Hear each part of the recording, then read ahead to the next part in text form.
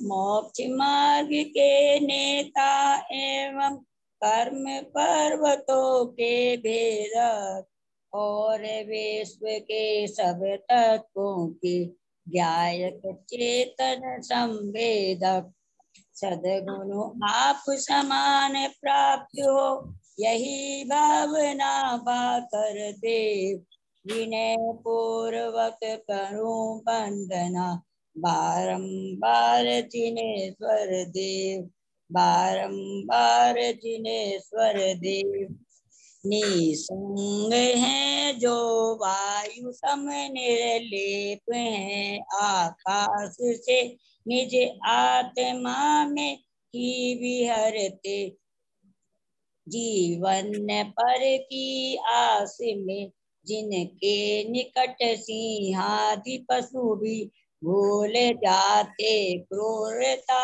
उन दिव्य गुरुओं की अहो कैसी अलौकिक सूरता कैसी अलौकिक सूरता।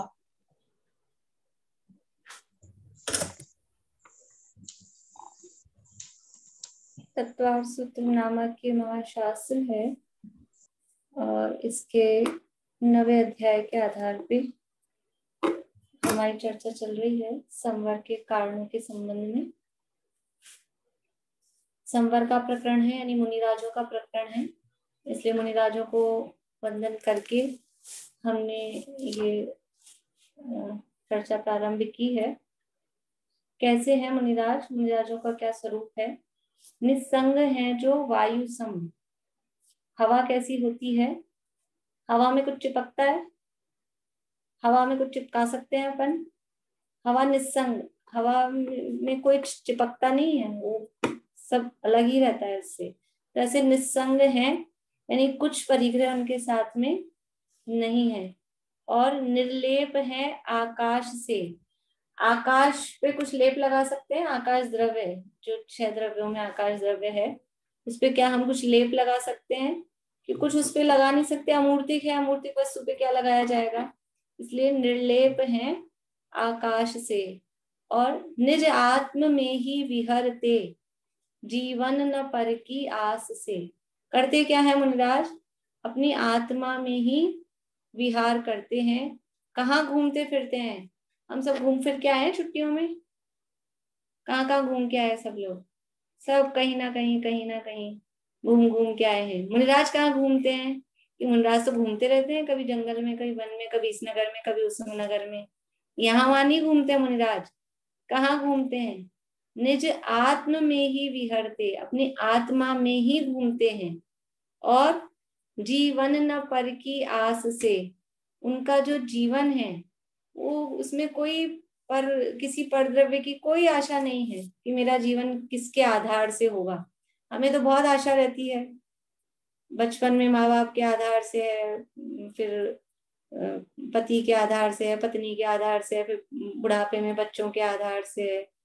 मुनिराज का जीवन किसके आधार से है, जीवन न पर की आस से। और जिनके निकट सिंहादि पशु भी भूल जाते क्रूरता, मुनिराजों के आप लोगों ने मंदिरों में चित्र देखे होंगे, वेदियों के नीचे ऐसे बने होते हैं, एक गाय भी पानी पी रही है और शेर का बच्चा भी, बछड़ा भी गाय का, सब यानी वहां मुनिराजों के सामने जो क्रूर पशु हैं वो भी अपनी क्रूरता भूल जाते हैं। जिनकी जन्मजात बैर है, ऐसा वो अपना जन्मजात बैर भी भूल जाते हैं।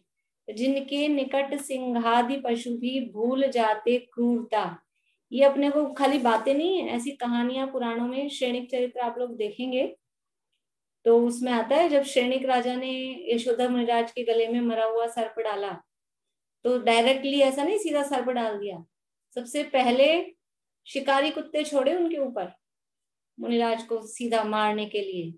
तो वो शिकारी कुत्ते भी, शिकारी कुत्ते मतलब समझते हैं इतने खूंखार ऐसे होते हैं शिकारी कुत्ते, वो उनके ऊपर छोड़े और वो कुत्ते मुनिराज को देख के और शांत होकर बैठ गए, हमला ही नहीं किया। जिनके निकट सिंहादि पशु भी भूल जाते क्रूरता, ये तो मुनिराज की बात है।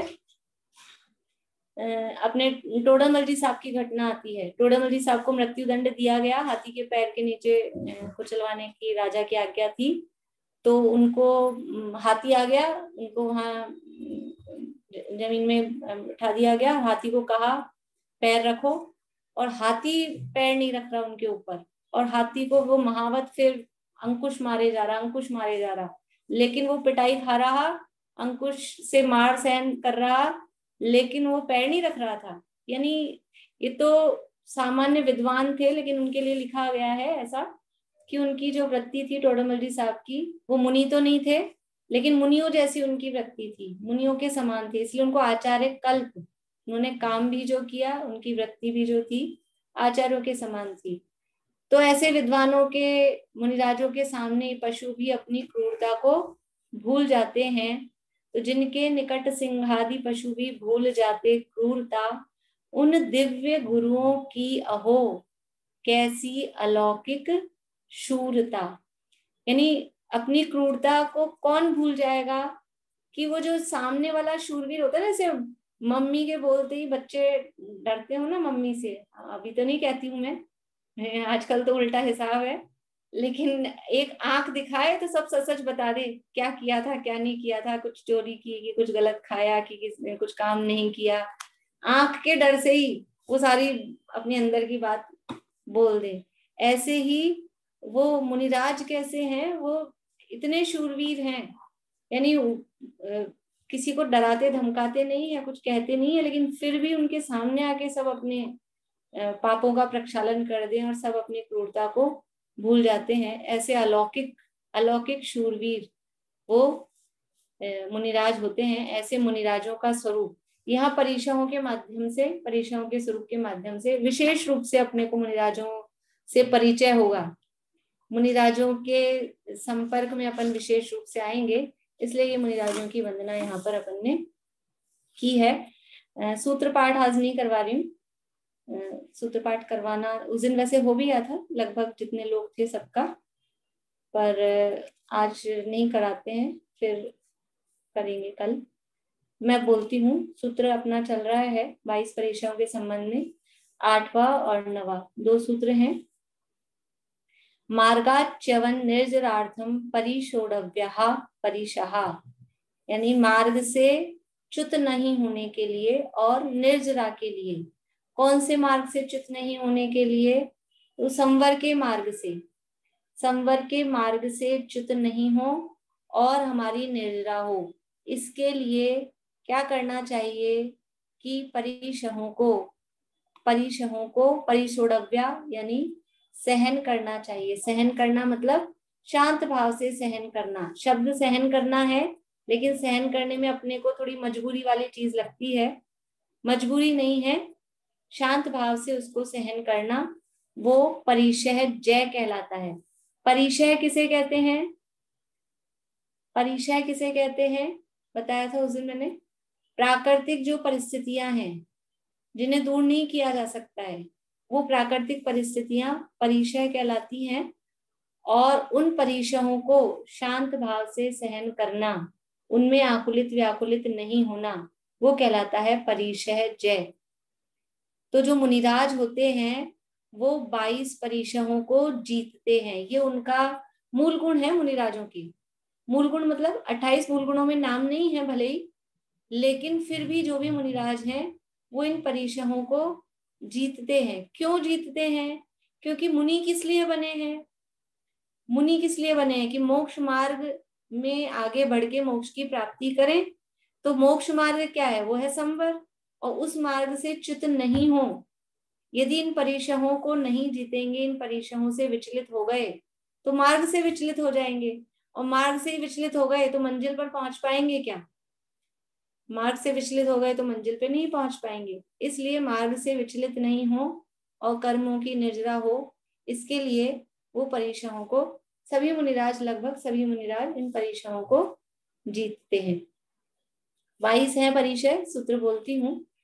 शुद्ध पिपासा शीतोष्ण दंश मशक नागन्या रति स्त्री चर्या निषद्या शय्या आक्रोश वध याचना लाभ रोग तृण स्पर्श मल सत्कार पुरस्कार प्रज्ञा ज्ञानादर्श नानी। ये 22 प्रकार के परिचय हैं। ये इस तरह की प्राकृतिक परिस्थितियां हैं जिन्हें मुनिराज शांत भाव से सहन करते हैं। इनमें से पहले परिचय का नाम है क्षुधा परिचय। क्षुधा सब समझते हैं। क्षुधा का मतलब होता है भूख लगना। अब ये जो हमारा शरीर है, ये हमारा शरीर कौन सा शरीर है? मनुष्यों का शरीर कौन सा शरीर होता है? 5 प्रकार के शरीर होते हैं। 5 प्रकार के शरीरों में से कौन सा शरीर है? ये औदारिक, पहले नंबर का। यद्यपि 3 शरीर है हमारे साथ में, लेकिन अभी तो इस शरीर की जो ऊपर दिख रहा है उसकी मुख्यता से बात है। ये औदारिक शरीर है। ये औदारिक शरीर का नेचर ही ऐसा है कि इसमें भूख प्यास लगती ही है। औदारिक शरीर ना, इसमें वैक्रिक शरीर में भी लगती है, वो लंबे समय बाद लगती है, और ये औदारिक शरीर में शॉर्ट पीरियड में लगती है। तो ये भूख तो लगती है। और कर्मों के उदय भी ऐसे हैं संसारी जीवों के। किस कर्म के उदय से भूख लगती है? 8 कर्मों में से नंबर बताना है अभी आप लोगों को। अनम्यूट करके नहीं पूछ रही हूँ, कर्म का नंबर बताना है आप लोगों को। कर्म अपन पढ़ चुके हैं, कर्मों के क्रम अपन पढ़ चुके हैं, नंबर बताना है। फिर उसका जो भेद होगा वो देखी जाएगी। नंबर बताना है आप लोगों को, कौन से नंबर के कर्म के उदय से भूख लगती है।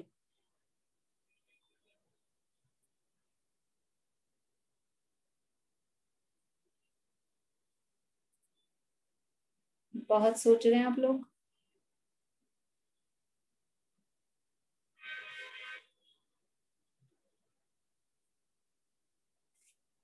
बहुत कम लोगों के सही जवाब है। तीसरा नंबर का कर्म है। तीसरे नंबर का कर्म कौन सा है? अब जो अपनी अपनी उंगलियां दिखा रहे हो वो सोच लें, उनको क्रम याद है सही कि नहीं। तीसरे नंबर का कर्म है वेदनीय। आद्यो ज्ञान दर्शनावरण वेदनीय मोहनीय आयुर्नाम गोत्रांतराया सूत्र था ना, तो वेदनीय है तीसरे नंबर का कर्म।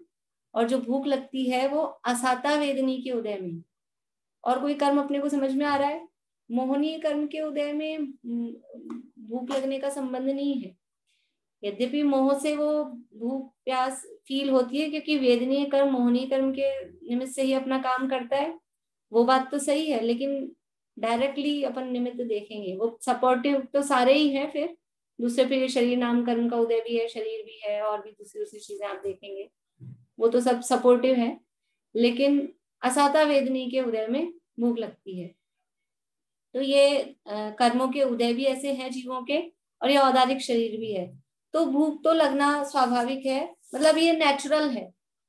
ये ऐसा नहीं है कि किसी ने उपसर्ग करके भूख लगा दी हो, ऐसा होता है। तो उपसर्ग और परिचय में अंतर समझते हैं। एक होता है उपसर्ग, एक होता है परिचय।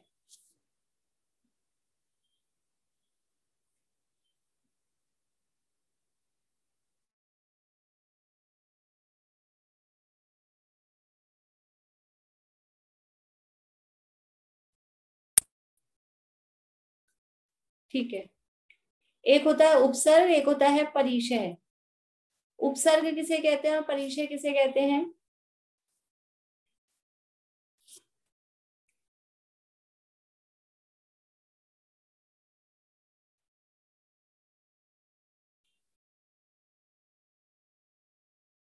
बोलिए वर्षा भाभी।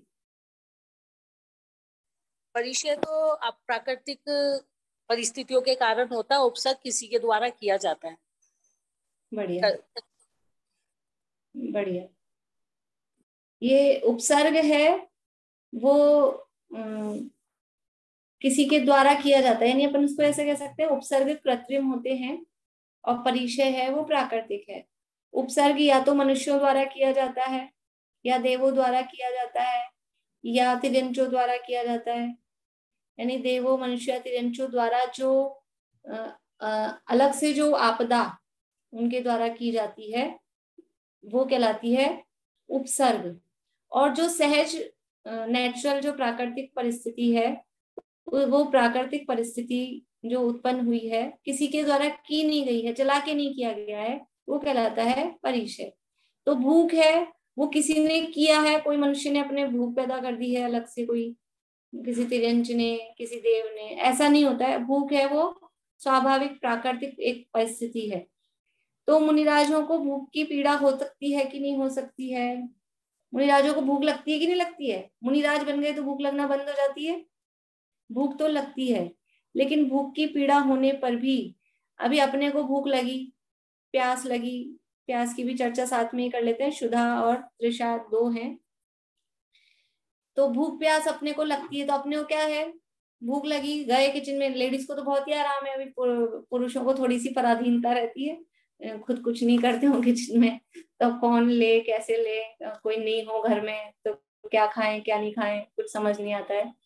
पर स्त्रियों को क्या है, गए किचन में और जो भी बनाना हो, जो भी बनाया बना हुआ है ले लिया, उठा लिया, खा लिया, कितनी आराम है। गृहस्थों को कुछ ज्यादा समस्या दिखती है भूख की वेदना होने पर, वो उसका उपचार कर लेते हैं। और अभी पंचम काल में कोई नियम नहीं है, एक बार खाओ, दो बार खाओ, तीन बार खाओ, बार बार खाओ, खाते रहो, खाते ही रहते हैं। तो कुछ गृहस्थों को तो कोई वो ही नहीं है।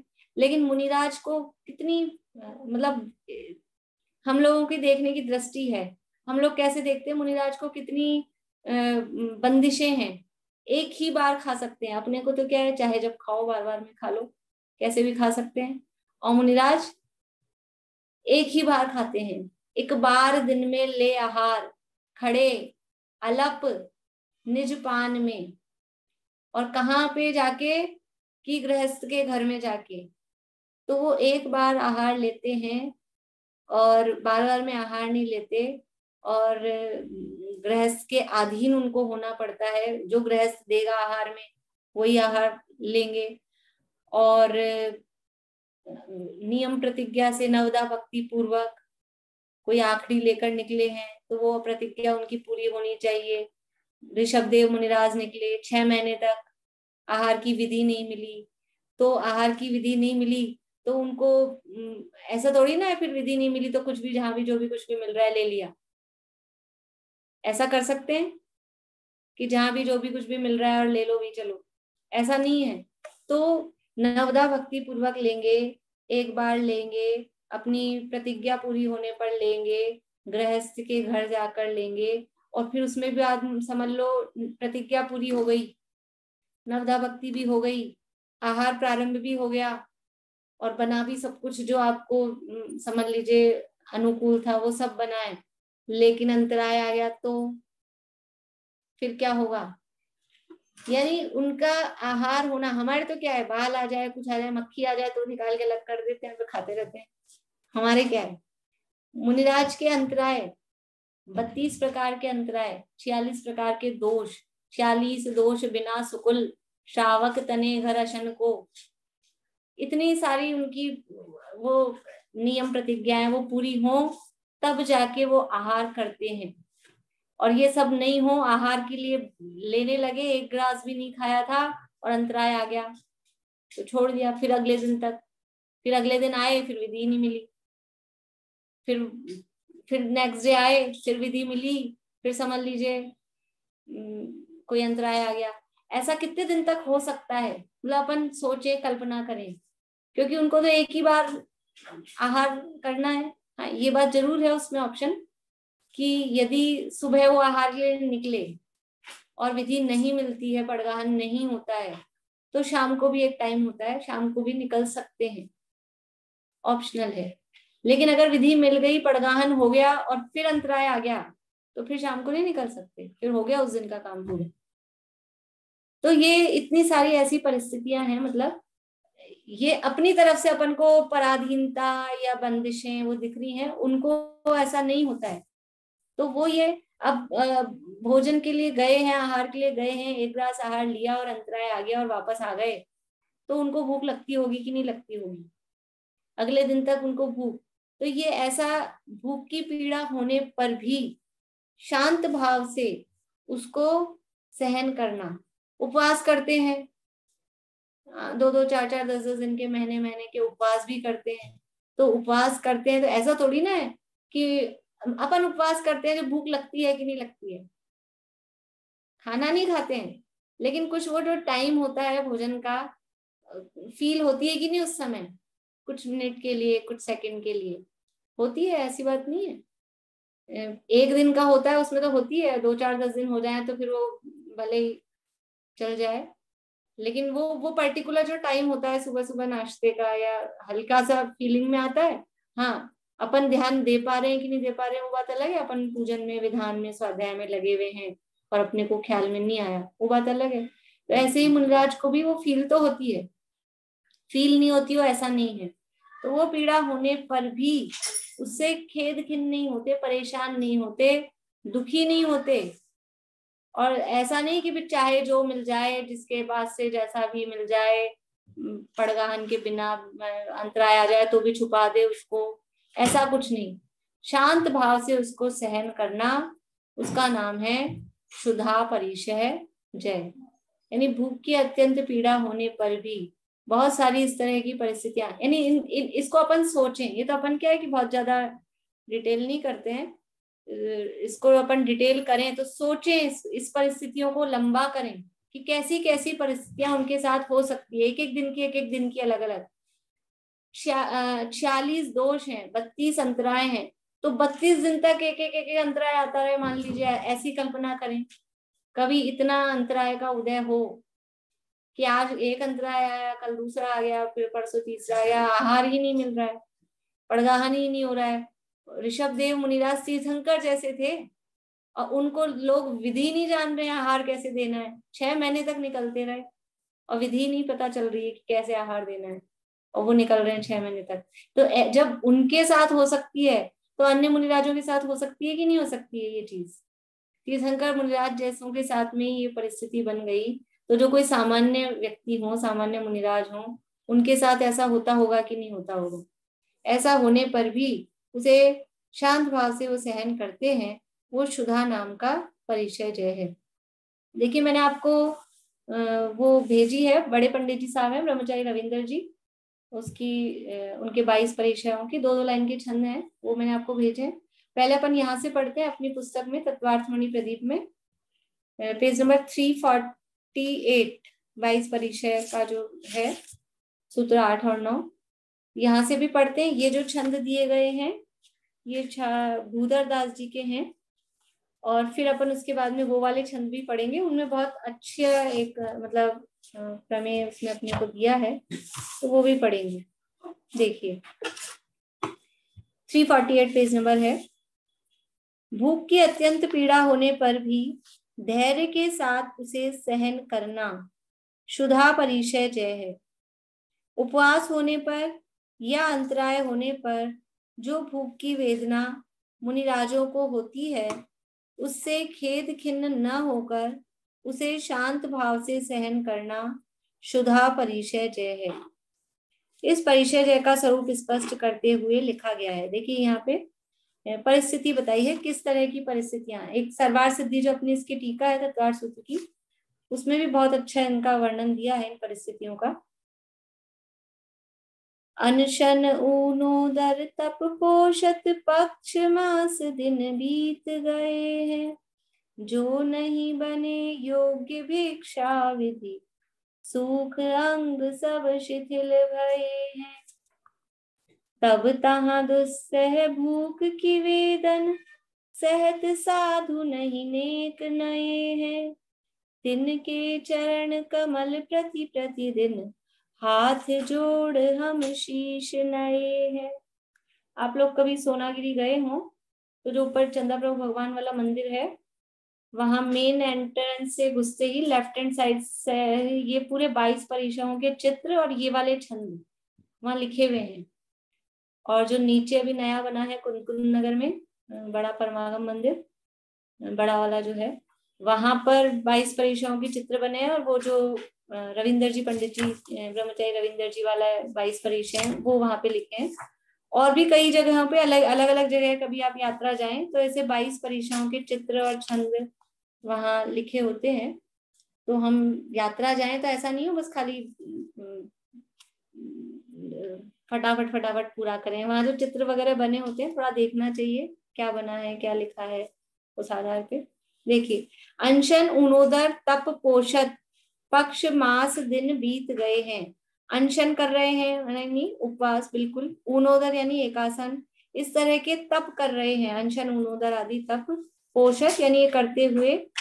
पक्ष मास दिन बीत गए हैं, पक्ष यानी 15 दिन का पक्ष होता है, मास यानी 1 महीना 30 दिन का, इतने और भी कई दिन, ऐसे बहुत दिन बीत गए हैं। और जो नहीं बने योग्य भिक्षा विधि, लेकिन योग्य भिक्षा की विधि, जो आहार की योग्य विधि थी वो नहीं बनी, तो क्या हुआ? सूख अंग सब शिथिल भये हैं, सारे अंग कैसे हो गए हैं? सूख गए हैं। आहार नहीं किया, 2 दिन हो गए, 4 दिन हो गए, 10 दिन हो गए, 1 महीना हो गया, तो क्या होगा? शिथिलता आती है, चेहरा यानी अंग सब ऐसा दिखते हैं, ऐसे हो गए हैं, कमजोर हो गए हैं, बिल्कुल सूखे हुए दिख रहे हैं। तो भी तब तहां दुस्सह भूख की वेदन, सहत साधु नहीं नेक नए हैं। फिर भी वहां ऐसी स्थिति में जो भूख की दुस्सह असहनीय वेदना होती है, उस वेदना को सहन करते हुए जो साधु हैं वो नहीं नेक नए हैं, मतलब वो झुकते नहीं हैं, नए हैं, नयना मतलब वो झुकते नहीं है, नेक यानी थोड़े बहुत भी। तिनके चरण कमल प्रतिदिन हाथ जोड़ हम शीश नए हैं। ऐसे मुनिराजों के चरण कमलों की हम प्रतिदिन हाथ जोड़कर शीश झुकाकर उनकी वंदना करते हैं। चरणों को कमल क्यों कहते हैं? चरण कमल पता है कभी आप लोगों को? चरण कमल कहते हैं ना, हमेशा चरण कमल। आप देखेंगे कि वो जो पद्मासन में भगवान विराजमान होते हैं, तो उनके जो इस तरह से वो पद्मासन में बैठे ना, तो चरण ऐसे होते हैं, तो आप देखेंगे तो वो थोड़ा कमल जैसा बनता है।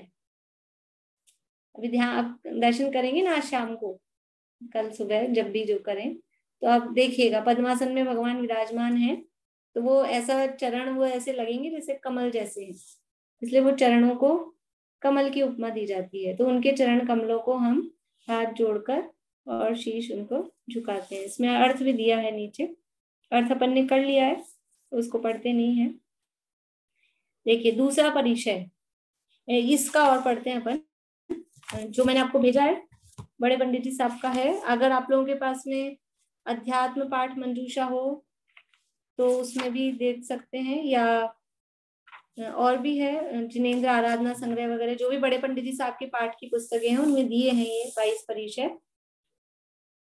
देखिए, विषयारंभ परिग्रह त्यागी, ज्ञान ध्यान में परिणति पागी, वे मुनिवर सबको सुखदाई, परिचय जय की करूं बड़ाई। कैसे हैं मुनिराज? विषयारंभ परिग्रह त्यागी, विषय पंचेंद्रियों के विषय और आरंभ, आरंभ मतलब जो भी पाप के काम थे, हिंसा के काम थे, गर्भस्थी के काम थे, उन सब का उन्होंने त्याग कर दिया है, और परिग्रह के त्यागी हैं। पंचेंद्रियों के विषयों के, पाप के आरंभ के और परिग्रह के त्यागी हैं। ज्ञान ध्यान में परिणति पागी, वो निरंतर करते क्या है? परिणति मतलब उनकी जो निरंतर की जो काम है, वो क्या काम करते हैं? ज्ञान करते हैं, मतलब अध्ययन करते हैं, और ध्यान करते हैं। ज्ञान और ध्यान में ही उनकी जो परिणति है, उनकी जो अवस्था है वो पागी मतलब डूब रही है, वही काम वो करते हैं। वे मुनिवर सबको सुखदाई, ऐसे जो मुनिराज हैं जो विषय आरंभ परिग्रह के त्यागी हैं, ज्ञान ध्यान में लीन हैं, ऐसे मुनिराज वो सबके लिए सुखदाई हैं।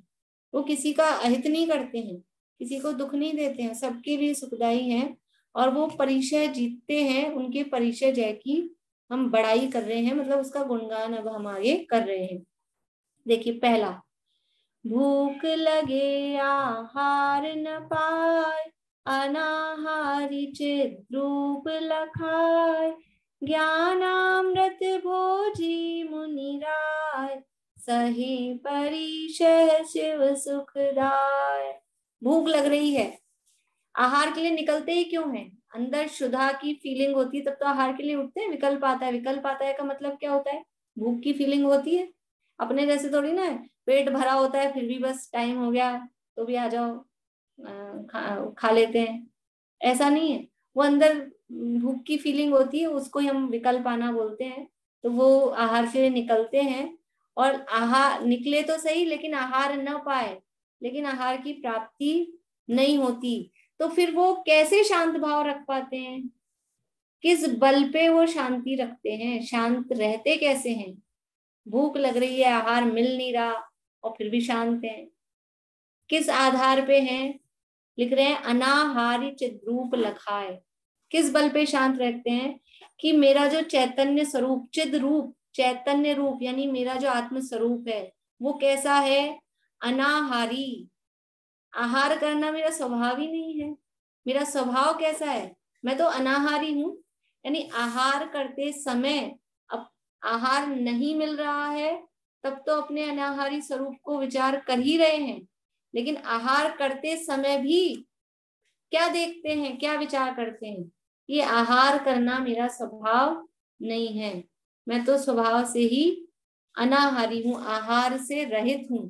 अनाहारी, निराहारी नहीं। देखो एक तो होता है निराहारी, आज हम निराहारी रहे, आहार नहीं किया, वो नहीं। आहार जिसमें है ही नहीं, जिसमें आहार होता ही नहीं है, जिसको आहार की आवश्यकता ही नहीं है, ऐसा आत्मा का ये जो रोटी दाल सब्जी मिठाई नमकीन, ये किसका आहार है? ये क्या चीज है? ये सब क्या है? ये आत्मा का आहार है, ये जीव का आहार है, ये मेरा आहार है। ये तो सब पौद्गलिक है, उद्गल है ना। रोटी दाल चावल ये सब क्या है? ये तो पुद्गल है, ये तो पौद्गलिक है। आत्मा जीव चैतन्य है, आत्मा का आहार क्या हो सकता है? क्या आहार हो सकता है? चैतन्य का आहार जड़ हो सकता है क्या? तो कह रहे हैं ज्ञानामृत भोजी मुनिराय। मुनिराज तो भोजन करते हैं, बाहर से तुमको दिख रहे होंगे कि अनाहारी हैं, इनको भोजन नहीं मिला, इनके अंतराय हो गया, वो तो निरंतर भोजन करते हैं। कौन सा भोजन करते हैं? ज्ञानामृत, ज्ञान रूपी अमृत। चैतन्य का भोजन भी चेतन रूप ही होता है, जो जैसा होता है उसका भोजन भी उसी टाइप का होगा। जो बड़ा राजा है, वो राजा का भोजन कैसा होगा? वो ऐसे कागज के पत्तल दोनों में खाएगा? उसके बर्तन भी कैसे होंगे, और उसका भोजन की क्वालिटी भी कौन सी होगी? और जो कोई झुग्गी झोपड़ी वाला होगा, उसका भोजन उसका उसके टाइप का होगा, क्वालिटी अलग होगी। तो ये चैतन्य जाति का चैतन्य जीव है, इस चैतन्य का भोजन, ये रोटी दाल चावल, ये पुद्गल, ये हमारा भोजन नहीं है। तो क्या है? ज्ञानामृत भोजी मुनिराय, सहे परिचय शिव सुखदाय। वो मुनिराज तो ज्ञान रूपी अमृत का भोजन करते हैं, निरंतर ज्ञानामृत का पान करते हैं, ज्ञान का ही भोजन करते हैं। ज्ञान ही हमारा भोजन है, और कुछ इसके अलावा भोजन नहीं है। तो ज्ञानामृत भोजी मुनिराय, सहे परिचय शिव सुखदाय। वो इस जो शुद्धा परिचय है, उस शुद्धा परिचय को सहन करते हैं। वो परिचय कैसा है? शिव सुखदाय। शिव यानी मोक्ष, सुख, मोक्ष रूपी सुख को वो दाय यानी देने वाला है। तो किस बल पर इस शुद्धा परिचय को जीत रहे हैं? कि अपने अनाहारी चैतन्य स्वरूप के बल पर वो इस शुद्धा परिचय को मुनिराज जीतते हैं, और शांत भाव रूपी जो अपना स्वभाव है उसके आधार पर इस वेदना को जीतते हैं। देखिए समझ में आया? मेरे ख्याल से ज्यादा प्रश्न की तो बात इसमें है नहीं, सब चर्चा के ही विषय हैं, आप लोगों को समझ में आ रहा होगा। इसके संबंध में यानी मुनिराजों को अपने ख्याल में लाएं, ऐसा समझें कि मुनिराजों की वंदना चल रही 2-4 दिन, जब तक भी अपनी चलेगी, तो अपने जैसे अभी 12 भावना की चली थी, तो ऐसे ही अभी मुनिराज हमारे छाए रहे हैं, जिसे कहते हैं सपने में यही आए कि किस तरह से मुनिराज निकल रहे हैं आहार के लिए, और उनको भोजन नहीं मिल रहा है, फिर किस बल पे वो समता रख रहे हैं। और दूसरे क्यों दिखे? मैं खुद ही मुनि बनूंगा, मैं खुद ही मुनि हूं, ऐसा हम विचार कर सकते हैं ही नहीं कर सकते हैं? मैं मुनि हूं, अपन अपने लिए क्या क्या नहीं सोचते हैं कि मैं ये बनूंगा, ऐसे ऐसे पता नहीं दुनिया भर की कल्पना करते हैं, इधर की उधर की। तो हम मुनि अवस्था में हों तो हम किस तरह से अपने अनाहारी चैतन्य स्वभाव के बल से इस शुद्धा परिचय को जीतेंगे, वो विचार अपन कर सकते हैं। देखिए दूसरा और लेते हैं शुद्धा के साथ में ही, पिपासा या तृषा यानी प्यास। प्यास की, यहीं पेज 349 पे, प्यास की कठोर वेदना होने पर शांत भाव से उसे सहन करना पिपासा परिशय जय है। प्यास की कठोर, मुनिराज को देखो, भोजन एक बार और पानी कितनी बार, पानी कब पीते हैं मुनिराज, कि उसी समय जब भोजन कर रहे हैं उसी समय भोजन के साथ में ही वो पानी भी तभी पीते हैं। उसके अलावा फिर ये नहीं कमंडल में पानी पीने के लिए भरा है, ऐसा नहीं होता है। कमंडल का पानी पीने का नहीं है, वो तो शौच का उपकरण है, तो पानी भी तभी पीते हैं। अब समझ लीजिए, अभी अपन ने उनकी पराधीनता की चर्चा की कि जो उनका आहार है वो श्रावकों के अधीन है। अब श्रावक ने क्या किया, अरे मुनिराज हमारे आ सकते हैं और आज अपन क्या बनाओ, दाल बाटी चूरमा, गर्मी के दिन है, दाल बाटी चूरमा बना लिया, और या कुछ इस तरह की चीजें समझ लीजिए, तली हुई और भी कुछ भी, साउथ इंडियन बना लिया। अब यहाँ राजस्थान देखो, वहां साउथ में वो उड़द की दाल और चावल और उसके वो डोसे बनाए, बड़े बनाए, इडली बनाए, वो वहां के मौसम में, वहां के वातावरण में, वहां के पानी से वो नॉर्मल पचता है, वो वहां का नॉर्मल खाना है। अभी अपने राजस्थान में यहाँ पर वो भारी पड़ता है, वो रूटीन का खाना नहीं है, वो भारी पड़ता है, उसके लिए बहुत पानी मांगता है, यानी शाम वाम के टाइम खा लो अगर पानी नहीं पीते हो तो तकलीफ का कारण है। तो कोई इस तरह का आहार मुनिराज को दे दिया जो वहां के क्षेत्र काल, देखो आहार के समय भी इसलिए ये ध्यान रखना चाहिए कि किस क्षेत्र में कौन सी चीज किसको कैसे सूटेबल हो सकती है कि नहीं, कि वहां वाले लोग तो रोज ही वहां पे समझ लीजिए साउथ इंडिया में वहां पे जापे में भी, डिलीवरी में भी वो इडली डोसा ही खिलाएंगे, उनके वही होता है। और अपने यहाँ तो चावल ही नहीं देते हैं पूरे 40 दिन को। तो क्यों ऐसा है कि वो वहां के लोगों को सूट करता है, तो वहां खिलाएंगे खाएंगे तो वो सूट करेगा। तो अब कोई वहां वाला यहाँ पे आके, राजस्थान में आके और कहे कि नहीं ये खिलाओ, तो वो नुकसान करेगा। तो मुनिराज को भी आहार देते समय ये बातों का ध्यान रखना चाहिए कि हम अपनी समझ लो भक्ति के अतिरेक में इस तरह का गरिष्ठ भोजन हमने करा दिया उनको, और फिर वो पानी तो एक ही बार पिएंगे, फिर क्या होगा, हलवा खिला दिया बहुत अच्छा घी का, पानी चाहिए इन चीजों के साथ में, चूरमा दाल बाटी खा लिया तो बाद में प्यास लगेगी।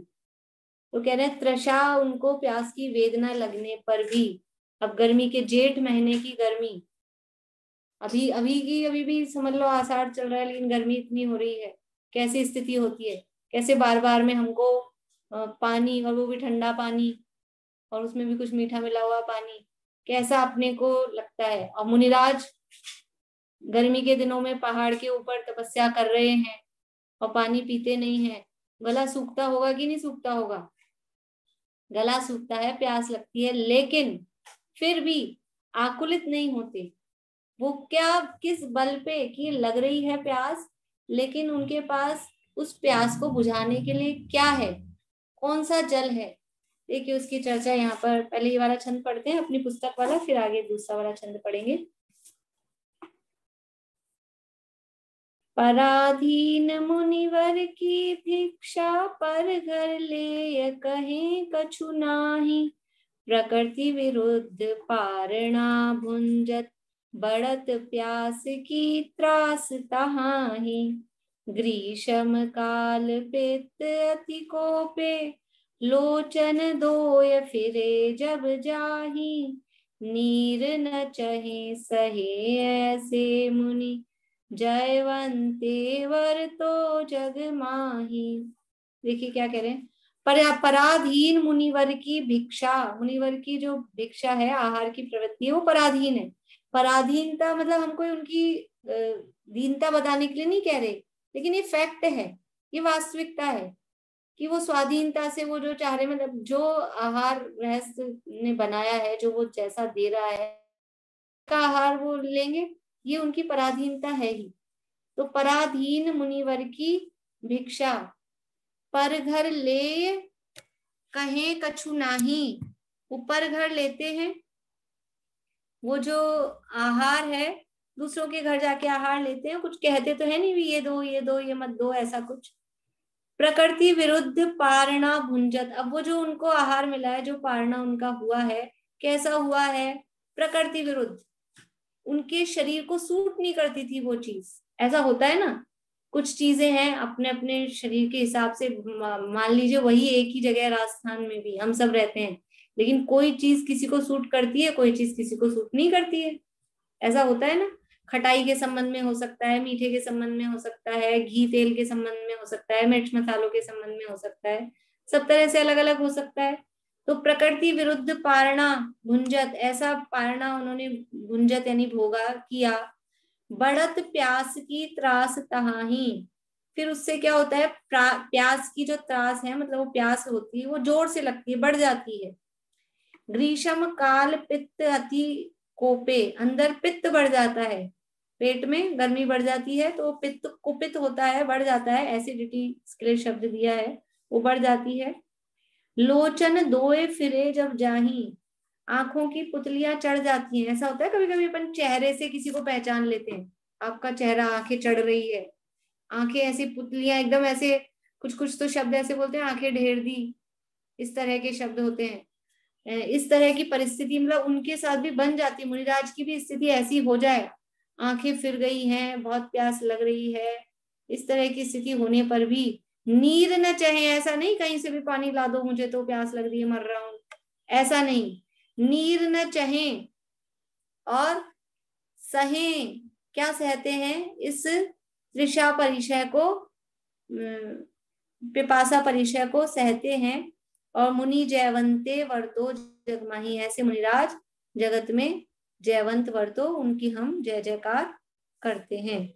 नीचे का अर्थ नहीं पढ़ रहे हैं, अपन ने अर्थ कर ही लिया, वही लिखा है, आप लोग पढ़ लीजिएगा। देखिए ये यहाँ का छंद पढ़ती हूँ मैं। वो किस बल पे इस तृषा परिचय को या पिपासा परिचय को जीतते हैं? तृषा सतावे कोपे पित्त, नहीं दीनता लावे चित्त, भेद ज्ञान करते मुनिराय, समता रस से तृप्त रहाय। तृषा सतावे कोपे पित्त, प्यास सता रही है और अंदर पेट में पित्त बढ़ गया है। समझते होंगे जो मतलब 3 तरह की प्रवृत्ति होती है, कुछ लोगों की पित्त की प्रवृत्ति होती है, कुछ की वायु की, और किसी की कफ की। वात पित्त कफ 3 चीजें होती है, सभी के शरीर में होता है, लेकिन वो उपवास आदि से वो पित्त बढ़ जाते हैं, उल्टियां होने लगती है उपवास के दिनों में कभी कभी। अब एक उपवास में ही कुछ लोगों को बहुत वॉमिटिंग होती है, तो वो पित्त पड़ जाता है, ऐसा बोलते हैं ना अपन, पित्त पड़ गए, वॉमिटिंग होने लगती है। तो वो अंदर उनको प्यास के कारण, भूख के कारण, भूख दोनों ही साथ में है, वो अंदर ऐसा पित्त भड़क रहा है, कोपे पित्त, लेकिन नहीं दीनता लावे चित्त, अंदर ये विचार नहीं करते क्या हम मुनि बन गए, कितनी पराधीनता है, पानी भी नहीं पी सकते, पानी ही नहीं मिल रहा है, या कहीं से कोई पानी ला दो, ऐसे दीनता वाली नजरों से किसी को देखते हो, या जब कभी अगले दिन आहार मिल रहा हो, पानी मिल रहा हो, तो वो पानी मिलने पर वो दीनता, मतलब ऐसा कि आहा अपने को मिल गया है, ऐसा कोई दीनता वो चित्त में नहीं लाते हैं। भेद ज्ञान करते मुनिराय, वो भेद ज्ञान करते हैं। क्या भेद ज्ञान करते हैं? कि जो अभी ऊपर किया था ना कि अनाहारी अनशन स्वभावी हूँ, अपान स्वभावी हूँ, पानी पीना, ये बाहर का जड़ पानी पीना ये मेरा स्वभाव नहीं, अपेय स्वभावी हूँ, ये जड़ पानी पीना ये मेरा स्वभाव नहीं है, ये तो जड़ है। मैं कौन सा पानी पीऊं कि ज्ञान रूपी जल, वही मेरी ये प्यास को बुझा सकता है। ऐसे तो बहुत पानी, कितना पानी पिया आज तक अपन ने, कितना पानी पिया है, कितने कितने साल के हो गए अपन, जो जितने साल का हो गया हो उस हिसाब से अपन हिसाब लगाएं, तो इसी जन्म में समुद्र भर जाएगा, इतना पानी तो पिया होगा, इतने बड़े बड़े तो अपन हो गए हैं, ये इसी जन्म का हिसाब लगाएं। और अनादिकाल से आज तक, अनादिकाल से आज तक कितना पानी पिया, प्यास बुझ गई क्या?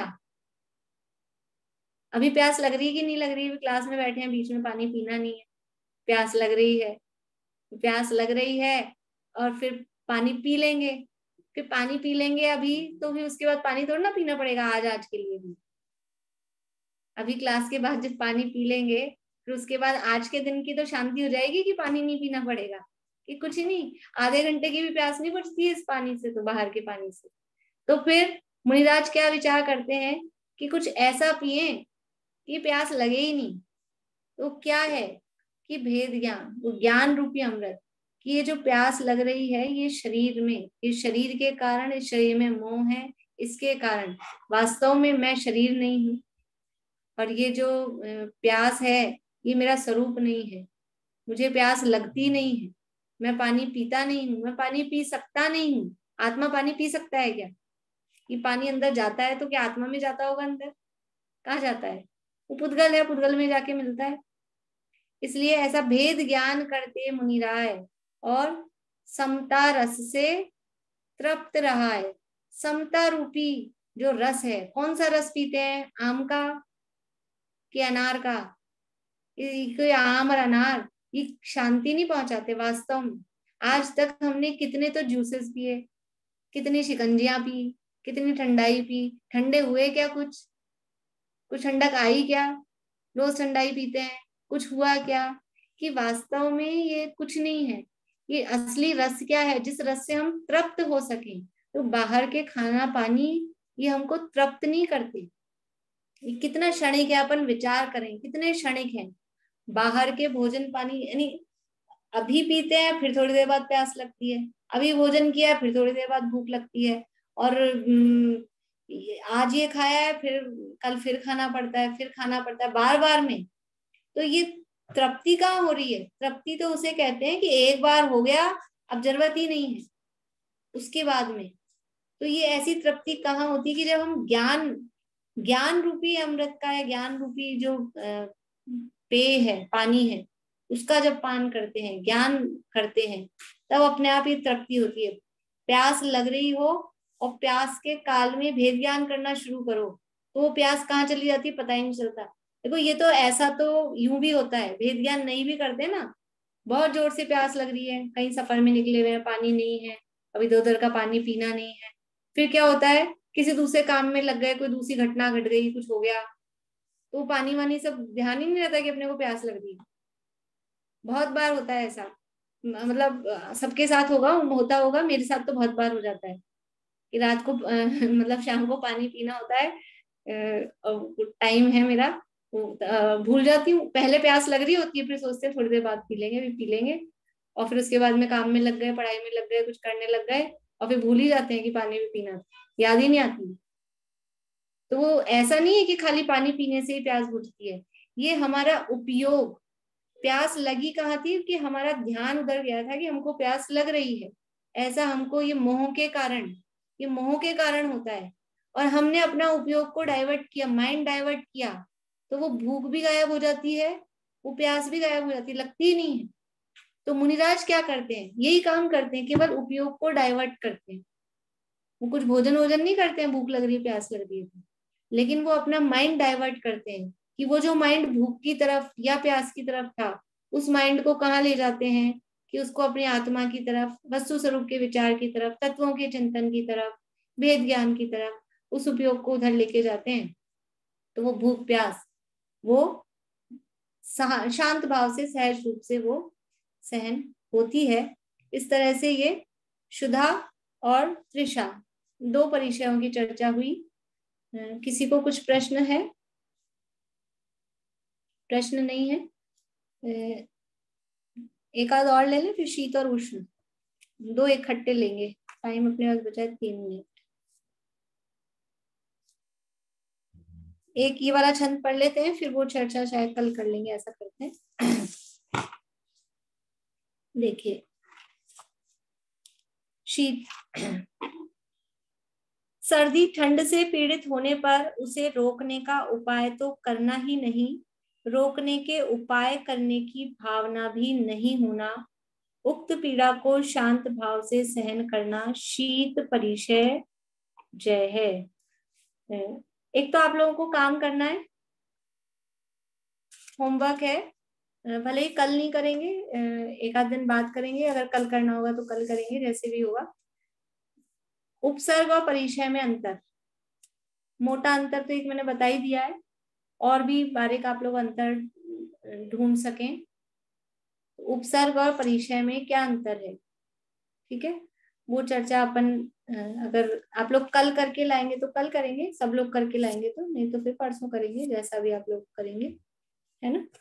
और इसके संबंध में कोई आपको कहानियां याद आती हो किसी को, परीक्षाओं के संबंध में या इससे रिलेटेड कोई उपसर्ग के संबंध में, तो भी आप लोग बता सकते हैं कि इसमें ऐसे ये मुनिराज थे, इनके साथ ऐसा हुआ था, उन्होंने उसको शांत भाव से सहन किया, वो भी आप इसमें बता सकते हैं, ठीक है। ये दो काम है। शीत परिचय, शीत और उष्ण ये प्राकृतिक परिस्थितियां हैं, सर्दी और गर्मी। तो सर्दी गर्मी पड़ने पर भी शांत भाव से मुनिराज उन परिस्थितियों को सहन करते हैं, उसमें विचलित नहीं होते हैं। उसकी इसमें एक कहानी भी है, परिस्थितियां भी है और भी, तो कल ही इसकी चर्चा करेंगे, फिर अभी खींचेंगे तो लंबा हो जाएगा, नहीं तो फिर आधा अधूरा रह जाएगा। तो कल ही इसकी चर्चा को अपन लेंगे। और ये बात आप लोगों को विशेष नोट भी करनी है, अपन इसके साथ साथ में चर्चा कर रहे हैं कि उस परिचय को जीतते किस बल पर है, ठीक है ना। जब भी एग्जाम भी होगा तो इसमें समझ लीजिए इस तरह का प्रश्न भी आएगा कि किस परिचय को किस बल पर जीतते हैं। वो यहाँ अपने बहुत क्लियर मतलब स्पष्ट रूप से नहीं है, अपन चर्चा करते समय उसको साथ साथ में ले रहे हैं, तो आप लोग ये बात भी स्पेशली नोट करते जाइएगा। बोलिए दीपिका जी। अभी आपने बोला कि मुनिराज को अपन आहार देते हैं, तो हमको ये बात ध्यान रखनी चाहिए कि हमको किस तरह का आहार दें ताकि उनको भूख प्यास की वेदना ना सताए या पित्त ना उठे। तो वो कैसे पता, वो क्या करना चाहिए क्या नहीं, ये कहीं लिखा है या एक कुछ? तो सामान्य है ना, जैसे अपने को एक सामान्य ही पता है ना, दाल बाटी चूरमा, बड़ा घी का हलवा, ये अपन खाएंगे तो वो उसमें प्यास लगती ही है। अपन पकौड़ी खाएंगे तली हुई तो बाद में प्यास लगती ही है। अपन ने डोसा खाया, इडली बड़ा ये कुछ खाया, तो वो अपने यहाँ मतलब जयपुर के माहौल में तो वो पानी मांगता है वो चीज। तो उस तरह की चीज के साथ में मतलब फिर तो अपन ये कुछ होता है कि ये सब लोग, किसी ने कुछ बनाया किसी ने कुछ बनाया, तो फिर ये भावना होती कि नहीं अपन भी कुछ बना के ऐसे करें, तो वो चीज गड़बड़ हो जाती है ना। तो आप बता रहे हैं कि ऐसा तो करना ही नहीं चाहिए, तो फिर क्या सादा खाना खिलाए, सादा आहार दे? देखो वास्तव में तो वही मैं कह रही थी, अपने को भक्ति भाव रहता है ना कि अपन कुछ, एक तो पहली बात तो ये है कि मुनिराज के लिए तो बनाना ही नहीं है, स्पेशली बनाया तो अपने होता लिए नहीं है, लेकिन मोस्टली चौके में बनता ही वो चौका ही लगता है, तो वो अपन भी खाओ लेकिन वो बनता मोस्टली घर में, तो इतनी शुद्धि होती हाँ, नहीं। तो वही विचार करके कि कभी कभार इस तरह का बनाया तो उसके साथ में फिर इस तरह की चीजें, जैसे कुछ ऐसा खाया ना तो फिर साथ में अपन ने ऑरेंज वगैरह मतलब सलाद वगैरह इस तरह की हुई, तो जिससे फिर बाद में प्यास नहीं लगी। वो बैलेंस, ये विवेक भी होना चाहिए अपने, ये अपन आहार में ये कहीं बनाया तो। लिखा हुआ होता है कि प्रोसीजर क्या है, क्या चीज देनी होती है, फिर क्या देना होता है, उसमें बहुत कंफ्यूजन हो जाता है। अब वो तो पूरी विधियां तो वगैरह तो जो भी समझ लीजिए अच्छा, मुनिराज के जो आहार के मतलब ये मूलाचार वगैरह शास्त्र हैं उनमें तो डिटेल में है। और थोड़ा बहुत अपने को भी एक्सपीरियंस होता है ना, अपन इतने मतलब अपन खुद अपन भोजन करते हैं, थोड़ा अपने को एक्सपीरियंस होता है कि पहले क्या चीज देनी चाहिए, फिर क्या चीज देनी चाहिए, लास्ट में क्या देना चाहिए, किस तरह। देखो ये तो एक सामान्य से नियम है, अपन लास्ट में अगर नमकीन खाएंगे, मखाना लास्ट में खाया, वो दांतों में सब चिपक जाती है, ऐसी चीजें वो निकलना मुश्किल होता है। तो कौन सी चीज लास्ट में खाना। और ऐसे भी नियम है कुछ दांतों के हिसाब से भी कि लास्ट में मीठा नहीं खाना चाहिए, क्योंकि वो लास्ट में फिर दांतों में वो नुकसान करता है। ये स्वास्थ्य के भी नियम है। और इस तरह की चीजें हैं, अपन ने नमकीन वगैरह खाई वो सब दांतों में चिपक जाती है, तो लास्ट में कुछ सलाद टाइप की ऐसी चीज या रोटी सब्जी भी लास्ट में खाएंगे तो वो जो दांतों में अटका हुआ है वो निकल जाता है। सलाद लास्ट में एक आध लेना चाहिए ताकि वो दांतों में अटका वो सब क्लीन हो जाता है। अब मुनिराज ब्रश तो करेंगे नहीं, अब उनके लास्ट में आपने मखाने दे दिए, वो सब दांतों में भर जाते हैं मखाने, अब वो कैसे निकलेंगे, वो क्या करेंगे। तो ये थोड़ा सा अपने को सावधानी रखनी चाहिए कि वो देने वाले जानते भी होंगे, मेरे ख्याल से जो देते रहते हैं उनको नॉलेज भी होगी, इस तरह की होनी ही चाहिए। और अपन भोजन करते हैं तो अपने को भी अपने भोजन में नॉलेज होनी चाहिए कि हमें पहले क्या खाना, लास्ट में क्या खाना। लास्ट में वो खा लिया फिर वो दांतों में अटका रहा, तभी तो दांत खराब होते हैं। तो डेंटिस्ट के पास ये प्रीति से क्लास लगवा लेंगे एक दिन, ये प्रीति अपने को पढ़ा देगी कि क्या खाना है पहले, क्या नहीं खाना है बाद में। चलिए, विनीता आंटी पूछना चाह रही है कुछ।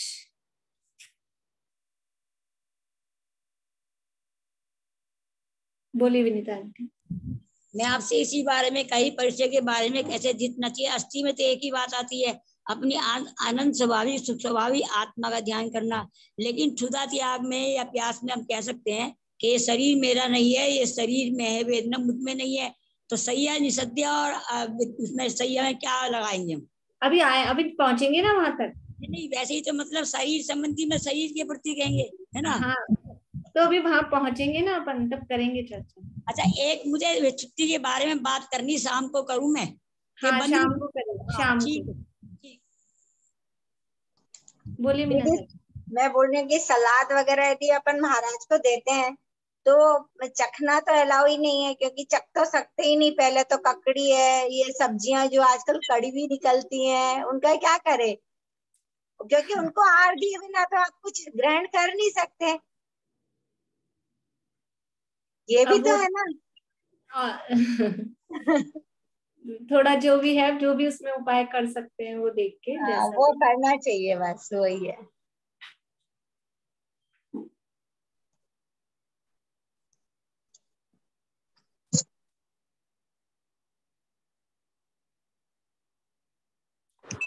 इस बारे में भी महाराज साहब ने एक बार कहा था।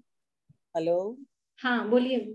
इस बारे में महाराज साहब ने एक बार कहा था, बोले ना नहीं चख सकते, बोले नहीं आप चख सकते हो। शबरी ने भी तो बेर चख के खिलाए थे ना, तो कोई नुकसान नहीं बोले चखने में। आप गंदी चीज नहीं खिला सकते ना, अच्छी अपन खिलाएंगे, खराब थोड़ी खिलाएंगे। हाँ वो बात तो है, पर ऐसा रहता है ना श्रावकों का भी आहार तो के इस पहले बारे में पूछा था हमने महाराज जी से, महाराज जी क्या करें ऐसे में। अब वो तो अपने घर में और कोई होते हैं, बच्चे बच्चे होते हैं जिनके हाँ, नियम नहीं है, चखा दो। बाकी हाँ, तो हाँ, सामान्य रूप से श्रावक का भी ये नियम ही रहता है ना कि वो हाँ, आहार के पहले वो लेते नहीं है खुद भी। हाँ, हाँ, तो वो तो नहीं चख सकते हैं। पर आजकल इस तरह के भी आते हैं जो कड़वे नहीं निकलते हैं, ऐसे वाले भी आते हैं। जो भी अब उसमें अपन कर सकते हैं वो देख ले, जैसा भी। नहीं सलाद, नहीं तो फल फ्रूट तो होते ही हैं, वो भी सलाद का ही काम कर जाते हैं, मतलब लास्ट में, इस हिसाब से।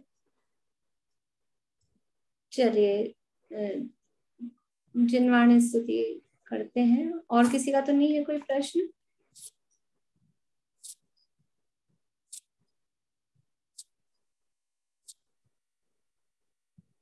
जिनवाणी स्तुति करते हैं।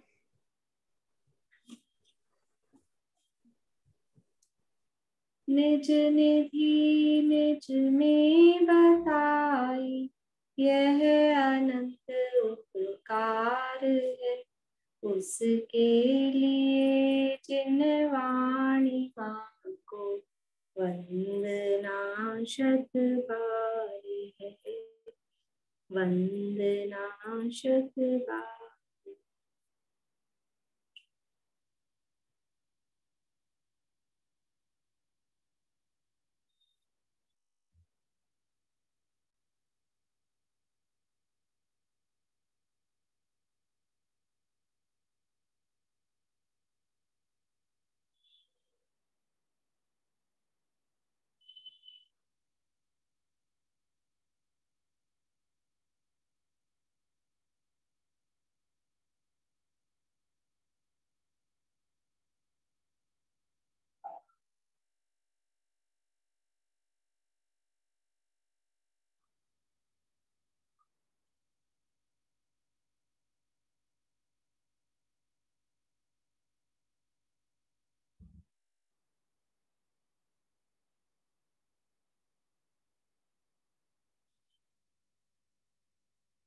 जय हो द्वारशांगा जिनवाणी माता की जय।